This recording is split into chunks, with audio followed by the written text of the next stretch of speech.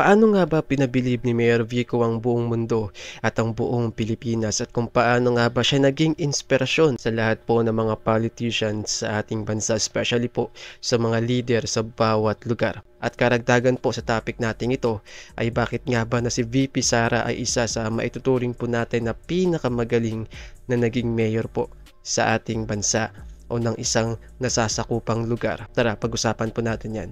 Pero bago po ang lahat, huwag mo na kalimutan na mag-like at subscribe po sa ating YouTube channel at pakifollow na rin po ang ating Facebook page. Pero bago ang lahat, gusto ko lang pong linawin na tayo po ay hindi maka Duterte o maka Marcos. So wala po tayong pakialam sa away sa pagitan po ni VP Sara at ni Pangulong Marcos. Tayo po ay isang pro-Vico supporters, pero gusto ko lang idagdag yung tungkol po kay VP Sara at yung kanyang pamumuno po. So maikli lang po yun, idadagdag lang po natin sa pinakadulo po. Paano pinabilib ni Mayor Vico ang buong mundo? Unang-una, anti-corruption champion. 12 po sila napili at siya po ang tanging Pilipinong napasama doon. Ito po ang pinakamahalaga. Bakit siya magiging inspirasyon sa lahat po ng mga politician o politiko dito sa ating bansa, especially yung mga leaders po sa iba't ibang lugar, mga mayors, governors, etc. etc. Magsimula po tayo dito sa Pasig. Alam niyo po ba na sa loob ng 5 buwan, ang Pasig po ay nakakatipid ng halos 150 million pesos na sa isang taon ay umaabot po sa 1 billion pesos ang natitipid po ng local government po ng Pasig. Wow! Alam niyo po kung bakit? Yun po ay dahil kay Mayor Vico. Dahil magmula po nang maupo siya bilang mayor ng Pasig, kagad niyang pinatupad ang transparency at never po siyang tumatanggap ng kickbacks mula po sa mga proyekto.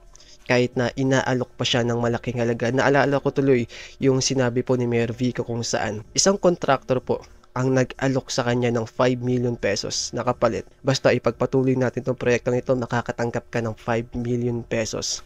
Hindi yun tinanggap ni Mayor Vico. Dahil kung ibang politiko pa yun, tatanggapin nila yun at tataasan pa nila yung matatanggap nila. Pero ibahin po natin si Mayor Vico. Kaya hindi na po nakakapagtaka na nagagawa po ng Pasig na makatipid ng 1 billion pesos bawat taon. Pero wag ka, 1 billion pesos po ang natitipid ng Pasig bawat taon. Pero sandamakbak na benepisyo po ang natatanggap ng mga mamamayan po ng Pasig, naming mga Pasigenyo. Okay, simulan po natin sa libreng pampaospital, lalong-lalo na po sa ating mga senior. Pangalawa, allowance po sa ating mga senior na umaabot po ng 1 to 1,500 at pwede pang tumaas yun sa mga susunod pong mga taon. Lahat po ng mga senior ay nakakatanggap ng pensyon o allowances.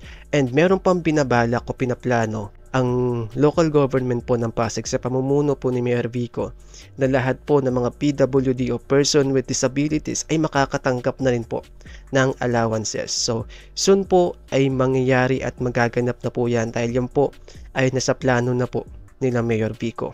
Pangatlo, allowance po sa lahat ng mga estudyante bukod nga po sa mga school supplies na natatanggap ng mga estudyante po. Lahat po biruin mo po bukod pa sa natatanggap nilang mga school supplies galing po sa Pasig, bukod pa yung mga scholarship na aabot po ng 25,000 na mga estudyante ang kasama po sa bilang ng mga scholarship po dito sa Pasig. Hindi pa kasama yung mga nasa Pag-asa Scholar. Alam nyo ba na aabot po sa 131,000 ang lahat po ng mga estudyante dito sa Pasig. At bawat isa sa kanila ay nakakatanggap ng allowance taon-taon. Bukod pa yung matatanggap kapag ikaw ay napasama sa mga honor student, kapag ikaw ay gumraduate na cum laude, may mga awards, etc. Ganun po katindi. At yung allowance po na natatanggap ng mga estudyante ng Pasig bawat taon ay umaabot po sa 1,500 pesos. At yung mga scholarship naman po ng Pasig na nasa 25,000 ang bilang ay nakakatanggap po ng 22,000 bawat taon. Mas mababa po ng kaunti yung mga nasa pinakaibaba like sa mga senior high, high school, o kaya sa mga elementarya. Pero hindi po ito bababa ng 17,000 pesos kada taon ang natatanggap ng mga estudyante. Mas mataas lang po sa mga nasa kolehiyo. Kami ay umaabot po ng 22,000 per year. Biruin niyo po mga kaparing nakakatipid ang Pasig ng 1 bilyon bawat taon. Pero napakaraming benepisyo po ang natatanggap ng mga mamamayan po ng Pasig.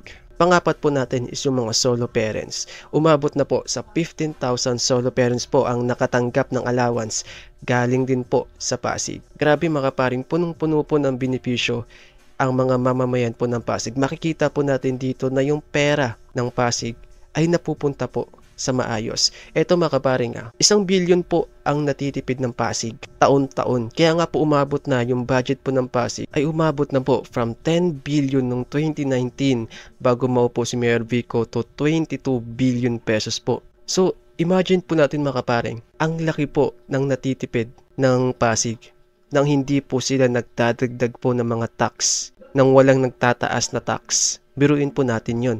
At meron pang 9.9 billion pesos project po para sa bagong City Hall. Ito yung malaking katanungan po sa mga ilang haters o yung mga anti-Vico po. Bakit daw uunahin yung City Hall? 'Di ba? Although alam naman na po natin na nagkaroon na po ng mga renovation sa mga lumang ospital, sa mga lumang eskwelahan kung saan ay pinapaganda at talagang ina-upgrade po bawat isa-isa. Ngayon, eto po, sasagutin po natin yung mga yan. Pero bala ko kasi na i-separate ito o magkaibang video. Pero ito na rin yun. Ang dahilan po kasi kung bakit gagawa po ng bagong City Hall. Kasi nga po, noong 2019 pa ay may mga nakitaan na po ng damages, crack sa paligid po ng struktura po ng Pasig City Hall. At ayon po sa mga pagsusuri, ng mga engineers, ay kailangan na po talaga itong palitan. So, hindi na po siya safe para i-occupy pa ng mga tauhan po o ng mga tauhan po ng Pasig, mga clients o mga Pasigueño na pumupunta po sa Pasig City Hall. So, hindi na po siya safe to occupy. Kaya kailangan na po talaga siya palitan. So, ayon po sa unang plano ni Mayor Vico, sa unang balak niya nung siya ay naging mayor na, ay isaayos lang po siya, kumbaga renovation, kumbaga kung ano yung mga nakitaang sira o mga cracks o damages, ayusin na lang. Pero batay po sa pag-uusap nila kasama ng mga engineers at mga architect, ay hindi po nila nire-recommend. So ayon po sa mga architects at sa mga engineers, ay gumawa na lang po ng bagong City Hall kasi hindi na nga po talaga safe to occupy. Sobrang luma na raw po at marami na raw po mga damages na nakita na kailangan na po talagang ayusin, palitan ng bagong City Hall. So sabi ni Mayor Vico, sige, gumawa tayo ng bagong City Hall. Pero hindi tayo gagawa ng basta makagawa, okay na. Tipid sa materyales, pero ang resulta is mabilis masira. Madaling mabulok yung mga materyales.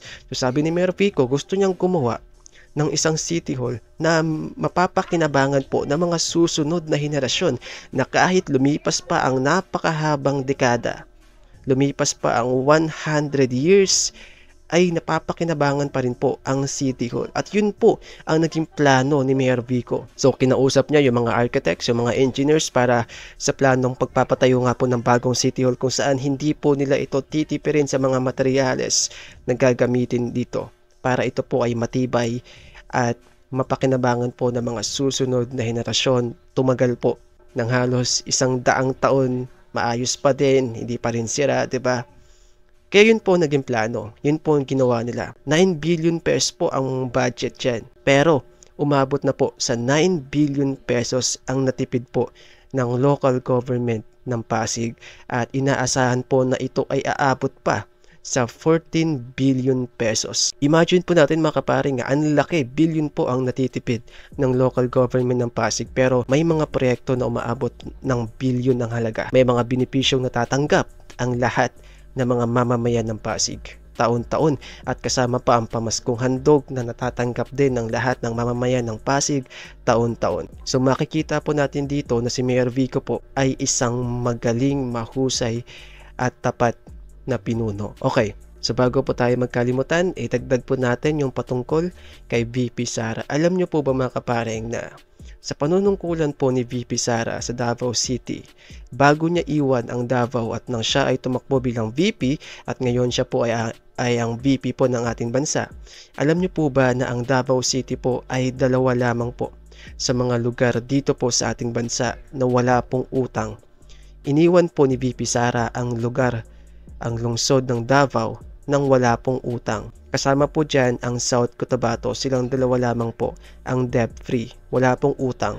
Kabilang po ang Davao. Pero magugulat ka, napakarami pong mga proyekto sa Davao na talagang makikita mo na sa future na. Katulad po ng mga robots na kaya makadetect ng mga bombs, etc. At marami pang ibang mga proyekto under po ng government ng Davao. Pero wala pong utang. Diyan ka po bibilib kay VP Sara. Ako hindi ako makaduterte. Pero bumilib ako kay VP Sara na nung siya ay naging mayor, ni utang po, ni Singkong Duling, wala pong utang ang Davao. Iniwan niya po ang Davao na malinis, maganda, halos wala pong nagaganap na krimen, mababa po ang crime rate. At ang pinakamahalaga po ay wala pong utang. So yun po mga kaparing, bago po tayo magtapos, don't forget to like and subscribe po sa ating YouTube channel. Bye!